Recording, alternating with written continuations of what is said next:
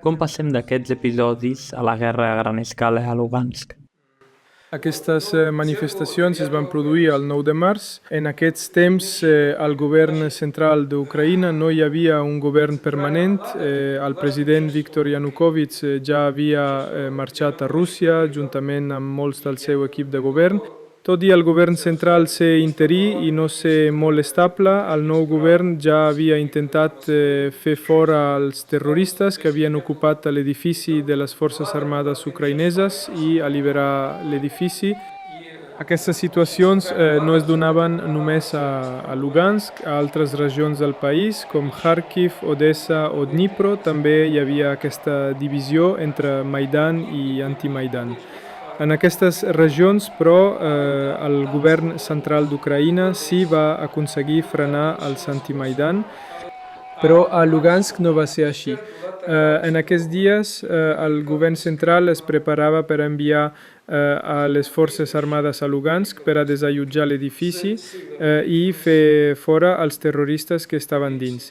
El que passava és que tan aviat com el govern central planificava alguna actuació, immediatament els anti-Maidan que estaven a l'edifici ja ho sabien.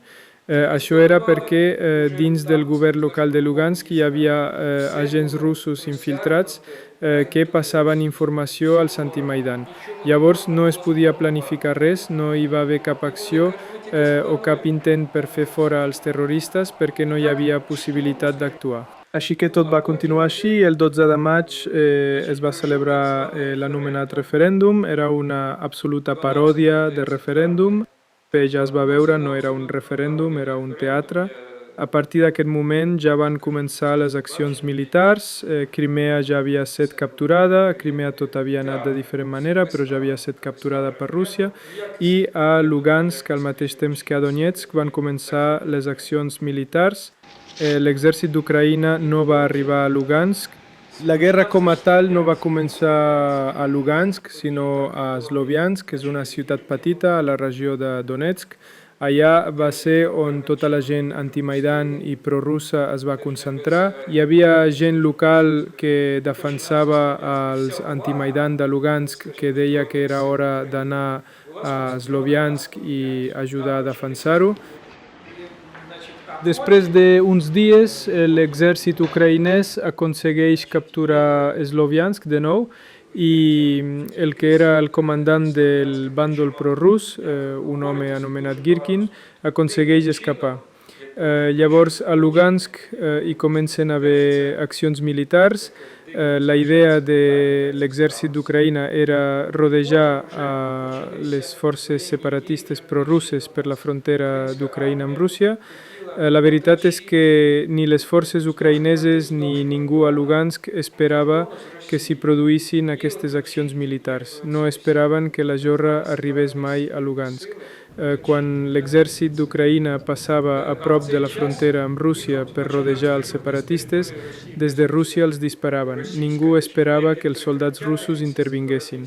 Pensàvem que, així com Rússia havia tingut problemes interns amb separatistes a Txetxènia als anys 90, doncs Ucraïna els tenia ara. Eren problemes interns d'Ucraïna. Però Rússia va intervenir i va provocar moltes baixes a l'exèrcit d'Ucraïna, va morir molta gent, no s'ho esperaven, i tampoc van poder rodejar els separatistes, ja que no podien lluitar amb dos costats. M'agradaria afegir que en aquell moment ningú veia a Rússia com un enemic. Era percebut així com la relació amb la regió de Donetsk hi havia rivalitat, o millor dit, competència en quant a desenvolupament, treball o economia, però ningú es podia imaginar que hi hauria una guerra amb Rússia. En aquell temps, qualsevol que podia plantejar que hi hauria una guerra amb Rússia li haurien dit que estava boig, era impensable. Sense anar més lluny, abans de que comencés la guerra, era normal que molta gent d'Ucraïna anés a treballar a Rússia, ja que els sous eren més alts. Igual que molta gent de Rússia viatjava a Ucraïna, anaven de vacances, per exemple, als resorts de Crimea. Era molt normal viatjar d'un lloc a l'altre abans de la guerra. En qualsevol cas, l'exèrcit ucraïnès va decidir fer el cercle per rodejar els separatistes per la frontera entre Lugansk i Donetsk, ja que van pensar que Rússia els disparava des del territori rus, però no anaven a entrar els soldats russos dins Ucraïna. Pensaven que Rússia no enviaria soldats dins del territori d'Ucraïna, però ho van fer. Primer van enviar armament als separatistes i després van enviar soldats de Rússia a Lugansk, van enviar grups petits i informals a Lugansk. Això va passar perquè al principi Rússia es volia mantenir una mica separada d'aquests problemes a Ucraïna, per això enviava només armament als separatistes.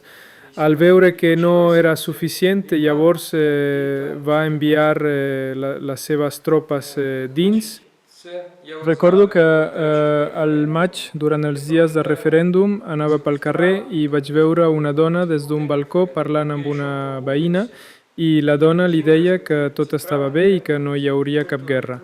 Un temps més tard, a l'estiu de 2014, quan ja havia començat la guerra, caminava pel mateix lloc de la ciutat i en aquell balcó els vidres de les finestres ja estaven trencats. D'aquesta manera la guerra també la va afectar a ella, tot i dir que tot aniria bé. El fet és que hi havia una gran quantitat de gent que estava en contra del govern central d'Ucraïna, deien que era corrupte, que al Donbass es produïa molt i que tot s'ho quedava el govern central. Aquesta gent donava suport als manifestants anti-Maidan, però no volien una guerra.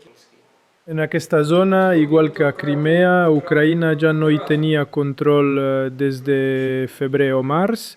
A Kiev hi havia una espècie de govern provisional i els governs locals cada cop es separaven més d'Ucraïna, es rebia molta influència russa. Per exemple, tinc una coneguda que és policia i durant aquell temps ja deia que els havien comentat que en el moment que Rússia vingués seguirien sent policies i tindrien sous molt més alts.